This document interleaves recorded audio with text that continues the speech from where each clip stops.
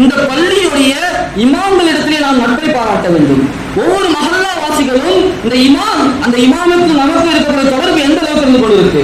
ஏதோ ஒரு புதுசா ஒரு வீடு கொடுத்துட்டு போகணுமா, துவாவோட அஜரத்தை கூட்டு போவோம். ஒரு குழந்தை பிறந்துச்சா பேர் வைக்க அஜரத்தை கூட்டு போறோம்.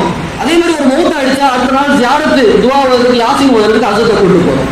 அதிலும் அதிகமா கடையை கொடுக்கிறோமா யாசின் ஓதுறதுக்கு அஜரத்தை கூட்டு போறோம். இதுதான் நமக்கும் மஹல்லாவுடைய இமாமுக்கும் இருக்கக்கூடிய தொடர்பாக இருந்து கொண்டிருக்கிறது. கண்ணியமிக்கவர்களே, அந்த ஹதீஸ்ல நபி ஸல்லல்லாஹு அலைஹி வஸல்லம் அவர்கள் ஒரு சிறந்த நண்பருக்கான எத்தனை விஷயங்களை கூறி காட்டினார்களோ அந்த அத்தனை விஷயங்களும் பொருந்திய ஒரு நபர் இருக்கிறார்கள் சொன்னால் இந்த பள்ளியுடைய இமாம்களாக தான் இருந்து கொண்டிருக்கிறார்கள்.